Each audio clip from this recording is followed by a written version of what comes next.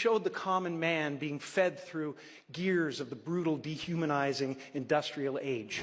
In the complex landscape of American political discourse, celebrity voices have increasingly emerged as significant cultural touchpoints. Among these voices, few have proven as visually striking or as rhetorically pointed as that of Jim Carrey, whose artistic and comedic talents have been repurposed into a form of political commentary that merits serious consideration. This essay examines the phenomenon of Carrey's political satire, its impact on public discourse, and the broader implications of celebrity involvement in political criticism. Jim Carrey's transformation from rubber-faced comedian to political satirist represents a fascinating evolution in celebrity advocacy. The actor, once primarily known for physical comedy and characters like Ace Ventura and The Mask, has cultivated a secondary identity as a visual artist, whose work frequently targets political figures, particularly former President Donald Trump. This shift did not occur suddenly, but developed alongside growing political polarization in American society. What makes Carrey's approach notable is his integration of artistic talent with comedic sensibility. His political artworks, often shared via social media platforms,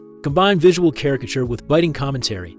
These pieces demonstrate a rawness that many traditional political cartoonists might avoid, embracing what Carrey himself has described as necessary crassness. "I believe that we need to be crass right now," Carrey has stated, adding the qualification that such crassness should still be infused with kindness, with love despite expressing this horrible feeling that we have. This duality, harsh criticism, delivered through a framework of proclaimed empathy, characterizes much of Carrey's political expression. His artwork has depicted Trump in various unflattering guises, from swamp monster to bloated baby balloon, visual metaphors that simultaneously mock and attempt to expose perceived truths about their subject. The tension between Carrey and Trump exemplifies a broader phenomenon of celebrity political feuds that have come to occupy significant cultural space.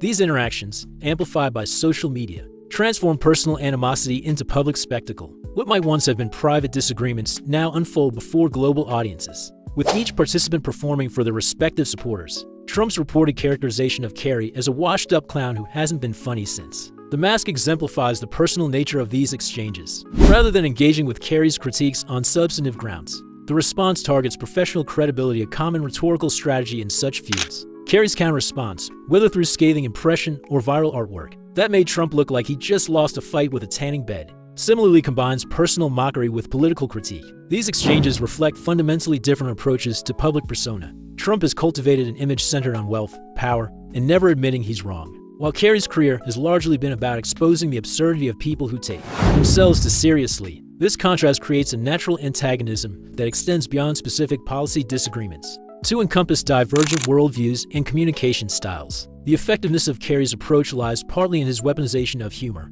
Comedy has always held potential as a tool for political criticism, but the viral nature of digital media has amplified its reach and impact. When Carrey delivers lines characterizing Trump as a human spray tan machine with a Wi-Fi connection, or suggests that Trump's hairline looked like it was trying to flee the scene of a crime, he employs ridicule that resonates widely and proves difficult to counter. Humor functions as a cheat code to accountability in contemporary political discourse. It sneaks past defenses, exposes uncomfortable truths, and makes sure everybody's watching. Unlike formal political criticism, comedy disarms through entertainment value, making audiences receptive to messages they might otherwise reject. Nobody rewatches a boring press conference, but a savage roast. That clip's getting replayed 1,000 times before breakfast. This approach produces a form of commentary that engages audiences without feeling like they're being lectured, potentially broadening its reach beyond those already aligned with the satirist's political perspective. When Carrey observes that Donald Trump is proof that sometimes life gives you lemons, and then those lemons start tweeting at 3 a.m. about voter fraud,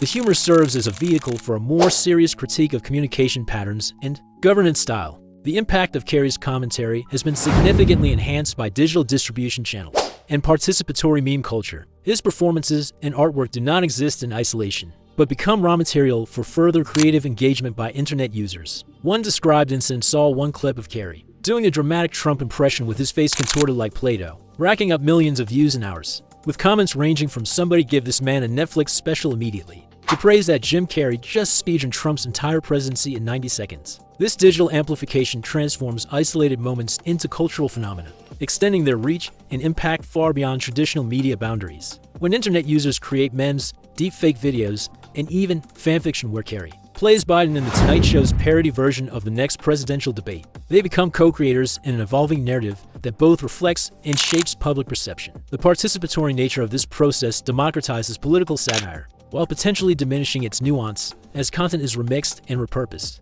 Original context may be lost, and sophisticated critiques can be reduced to simple mockery. This transformation represents both the strength and limitation of digitally amplified political humor. Beyond specific exchanges between Carrey and Trump lies a broader cultural shift, in which comedians are accidentally turning into the last line of defense against powerful figures getting too comfortable. In an environment where traditional accountability mechanisms may be perceived as failing, humor emerges as an alternative form of social control. Late-night shows and viral sketches are doing what half of the news networks won't, calling out hypocrisy without the sugar coating. This development reflects changing public expectations regarding both political discourse and celebrity responsibility. Audiences increasingly look to cultural figures to articulate political critiques, particularly when conventional political opposition appears ineffective. Carrey's evolution from entertainer to political commentator exemplifies this shift, as does public reception of his work. The phenomenon also demonstrates how political and entertainment spheres have increasingly merged. In contemporary American culture, the boundaries between political critique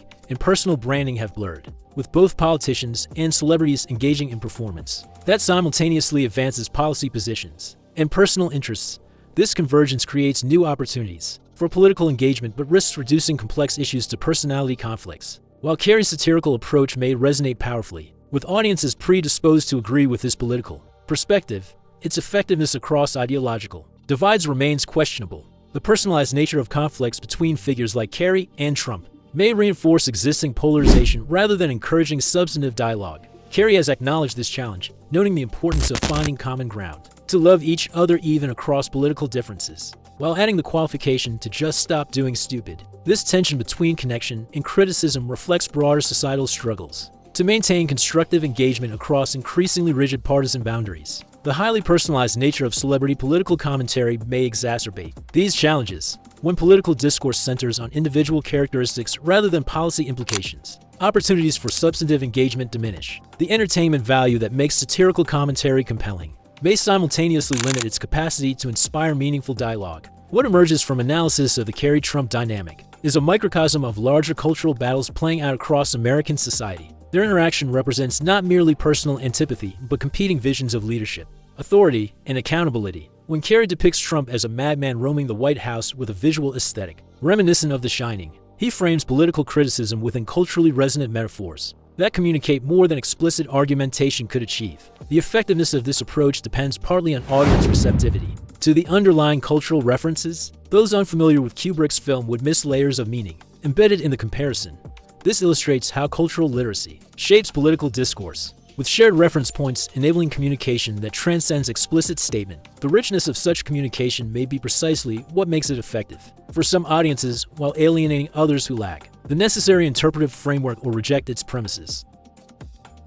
The temporal dimension of this phenomenon merits consideration as well. Carrey's artistic and comedic interventions, while immediately impactful in digital space, acquire different significance when viewed as part of an evolving historical narrative. What appears in the moment as provocative entertainment may retrospectively be understood as meaningful political documentation. Carrey himself has noted the prescient quality of some of his work, observing how artistic representations that seemed exaggerated at creation later appeared foreshadowing in a pretty scary way as political events unfolded. This suggests that satirical commentary's significance may not be fully apparent in immediate reception, but emerges through interaction with subsequent developments. The ephemeral quality of digital circulation paradoxically creates both impermanence and persistence. Content briefly dominates attention before fading, yet remains perpetually accessible to those who seek it. This creates an archival dimension to political satire that may influence historical understanding of current political phenomena. The psychological dynamics underlying these exchanges warrant examination as well.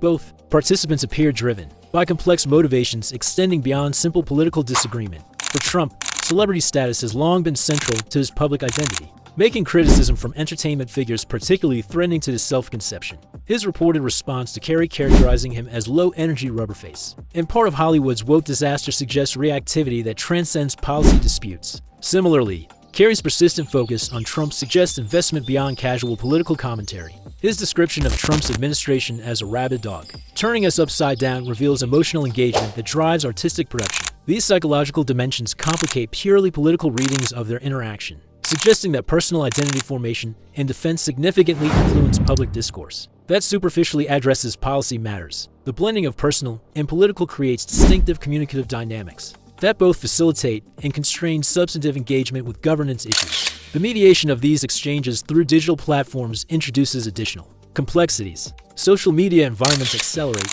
and amplify conflict while simultaneously fragmenting audiences into distinct interpretive communities. When Trump issues a 3 a.m. rant on Truth Social, he communicates directly to supporters, while also creating content that opponents will recontextualize and critique. Similarly, when Carrey shares politically charged artwork on Instagram, the platform's algorithmic distribution ensures greater visibility among users predisposed to approve, while limiting exposure to potential critics.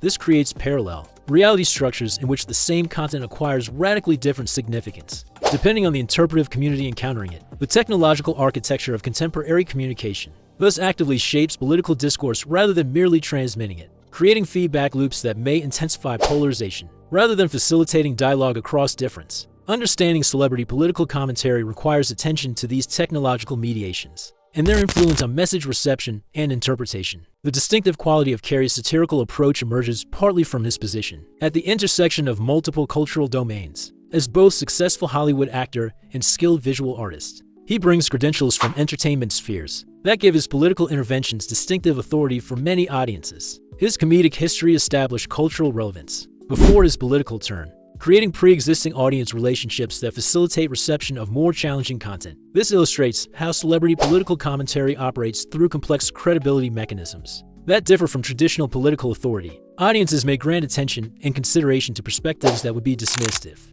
presented by conventional political figures or unknown commentators. This distinctive credibility creates communication channels that bypass usual political gatekeeping mechanisms, potentially introducing perspectives otherwise excluded from mainstream discourse. The effectiveness of such commentary depends partly on the perceived authenticity of the celebrity voice. Audiences distinguish between genuine personal expression and calculated brand management, granting greater influence to the former while dismissing the latter as manipulation. Carrey's apparent willingness to risk commercial consequences through provocative political expression enhances perception of authenticity, increasing persuasive potential among receptive audiences. The ethical dimensions of celebrity political intervention deserve consideration as well. Questions arise regarding responsibility, influence, and accountability when cultural figures leverage entertainment platforms for political purposes. Critics might reasonably ask what qualifies comedic actors to shape public understanding of complex governance issues, while defenders note that democratic systems presuppose citizen capacity to evaluate competing claims regardless of source. Carrey's approach raises particular ethical questions through its emotional intensity and visual impact. His characterizations of political figures often employ extreme imagery, depicting Trump with flying monkeys behind him in reference to the Wizard of Oz creates powerfully negative associations without requiring explicit argumentation. Such techniques effectively communicate emotional positions, but may contribute to dehumanization dynamics that complicate democratic discourse. These ethical tensions reflect broader societal questions about appropriate boundaries between entertainment and politics, particularly as these domains increasingly converge in contemporary culture. The absence of consensus regarding proper limitations on political expression reflects fundamental disagreements about democracy's communicative requirements and the proper relationship between cultural and political authority. The linguistic dimensions of this phenomenon reveal how political discourse increasingly incorporates entertainment conventions. When Trump characterizes Carrey as having undergone a precipitous fall from comedic grace, culminating in a sad thud as the once brilliant rubber-faced comic has transformed into an unfunny thick human hemorrhoid, he employs hyperbolic language, traditionally associated with entertainment criticism rather than political discourse. Similarly, when Carrey responds with characterizations like Donald Trump and J.D. Vance, a guy called D.D. Trance who says he's for the people until he checks his bank account and realizes he's really just for himself, he repurposes comedic techniques for political commentary. This linguistic hybridity reflects broader cultural transformations, in which traditional distinctions between serious and entertaining discourse increasingly collapse. Political speech adopts entertainment techniques while entertainment increasingly addresses political subjects, creating distinctive communicative forms that combine elements previously considered separate. The reception of such hybrid communication varies significantly across audiences, with some valuing its accessibility and emotional resonance, while others criticize perceived trivialization of serious matters.